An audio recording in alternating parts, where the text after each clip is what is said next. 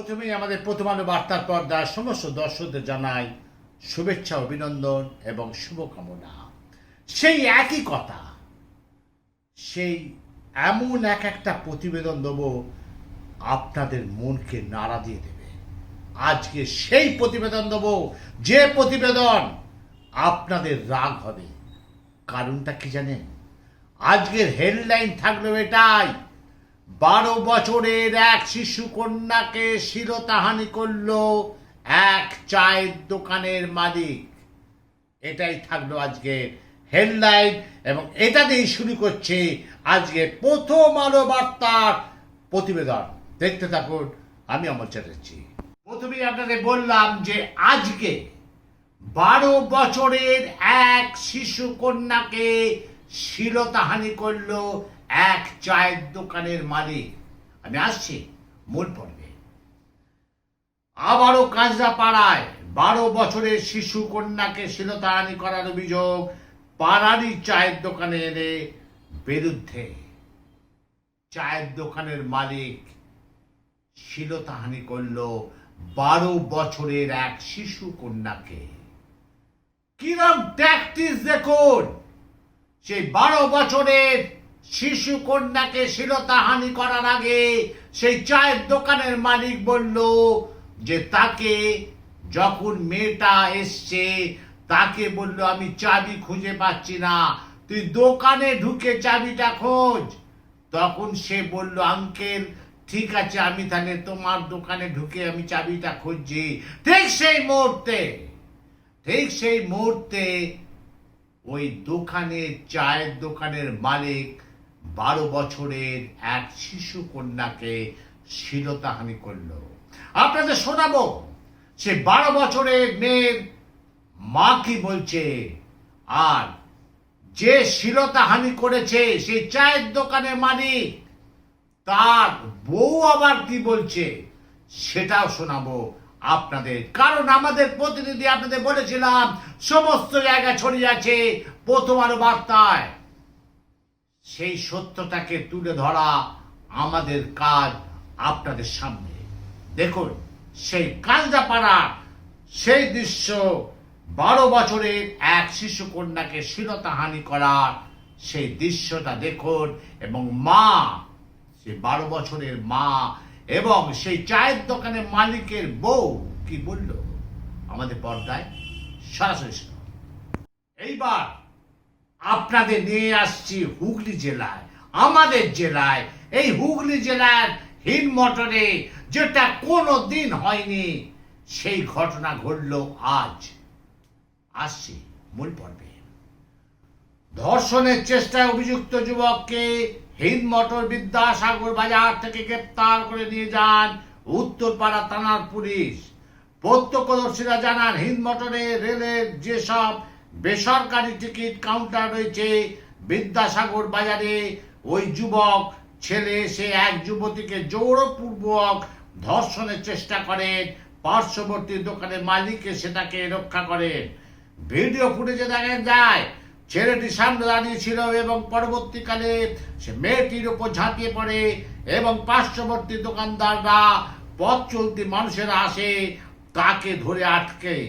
স্থানীয় কাউন্সিলর প্রবীর কংস বণিক বলেন, এই ধরনের ঘটনা মোটেই কাম্য নয়। আমি এই ঘটনা শুনেছি এবং তীব্র নিন্দা জানাচ্ছি। স্থানীয় মহিলা ভাষায় বলেন, এই ধরনের ঘটনা হিন্দমোটর আগে ঘটেনি। প্রশাসনের কাছে যথাযথ শাস্তির দাবি করছি। এইবার আপনাদের নিয়ে যাচ্ছি সেই হিন্দমোটরে, যেখানে হুগলি জেলায় হিন্দমোটরে এই ধরনের ঘটনা ঘটেনি আজ প্রথম।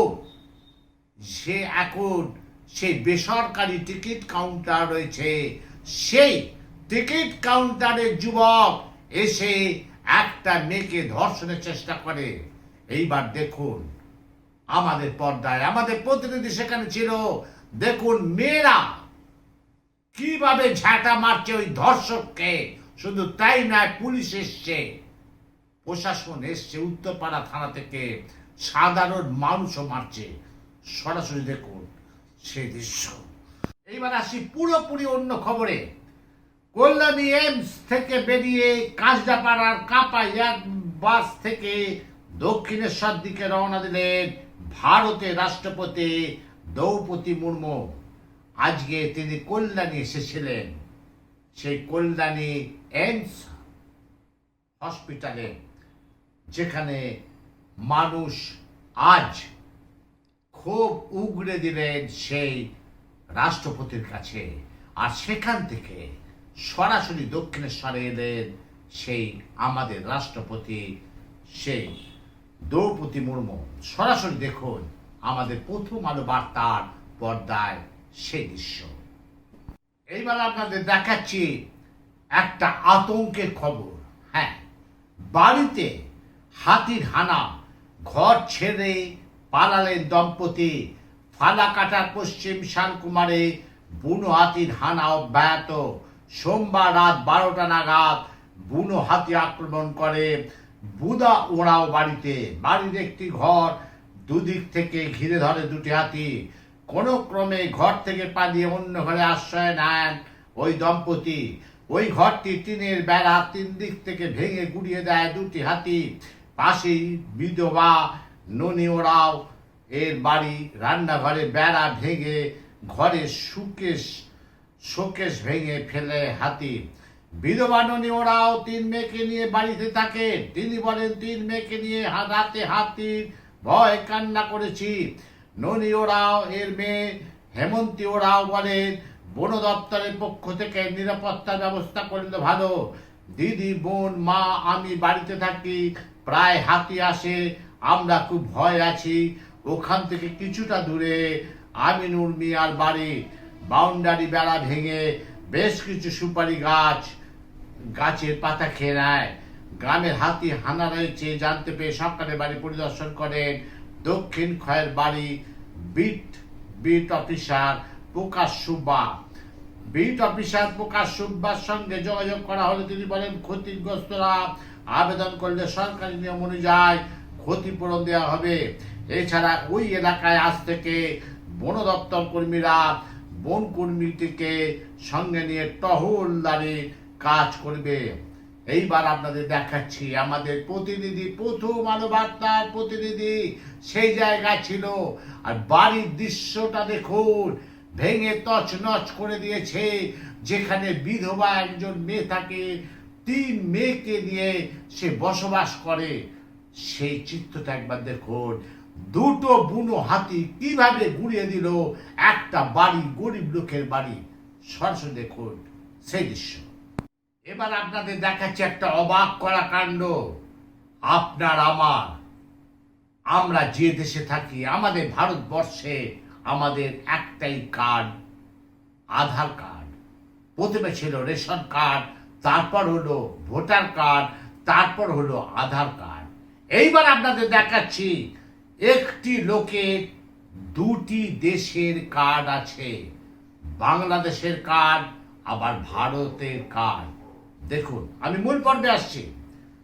ক্যানিং, দক্ষিণ 24 পরগনা জেলার ক্যানিং থানা ইটখোলা গ্রাম পঞ্চায়েত মধুখালী ভান্ডারি পাড়ায় আকবর আলী মোল্লা নামে এক ব্যক্তিকে গ্রেপ্তার করলো ক্যানিং থানার পুলিশ। গোপন সূত্রে ক্যানিং থানার পুলিশ খবর পেয়ে মঙ্গলবার রাতে তাকে আটক করে জিজ্ঞাসাবাদের জন্য। এরপর আজ সকালবেলা তাকে গ্রেপ্তার করে পুলিশ। দীর্ঘ প্রায় 15 থেকে 16 বছর ধরে ওই ব্যক্তি বসবাস করছিল ভারতে। তার কাছ থেকে উদ্ধার করা হয় বাংলাদেশি ভোটার কার্ড, যেখানে তার নাম মোহাম্মদ আকবর আলী গাজী নামে, কিন্তু ভারতে তিনি আকবর আলী মোল্লা নামে বসবাস করছিলেন বলে পুলিশ সূত্রে দাবি। পুলিশ ইতিমধ্যে তদন্ত শুরু করেছে কিভাবে এই দেশে এলেন ওই ব্যক্তি, পাশাপাশি কিভাবে এই দেশে পরিচয়পত্র বানালেন, ভোটার তালিকায় নামও তুললেন। সমস্ত বিষয় নিয়ে শুরু হয়েছে তদন্ত। তদন্তের স্বার্থে ধৃতকে বুধবার আলিপুর আদালতে তুলে নিজেদের হেফাজতে দিয়ে ঘটনায় আরো তদন্ত করতে চাইছে পুলিশ। প্রাথমিকভাবে পুলিশ জানতে পেরেছে বাংলাদেশের সাতরক্ষীরা বাসিন্দা সে। এইবার দেখাচ্ছি, দেখুন, দুই দেশের ভোটার পরিচয়পত্র আছে ওই ব্যক্তির কাছে, বাংলাদেশ এবং ভারত। এবার দেখুন সরাসরি আমাদের সেই দৃশ্য আমাদের পর্দায়। তাহলে দেখলেন আজকের ভালো খারাপ সব প্রতিবেদন আমি দিলাম, তার ভেতর আজকের হেডলাইন থাকছে 12 বছরের শিশু কন্যাকে শ্লীলতাহানি করল চায়ের দোকানের মালিক। আজকের হেডলাইন থাকবে এটাই, দেখতে থাকুন। আমি অমল চ্যাটার্জি।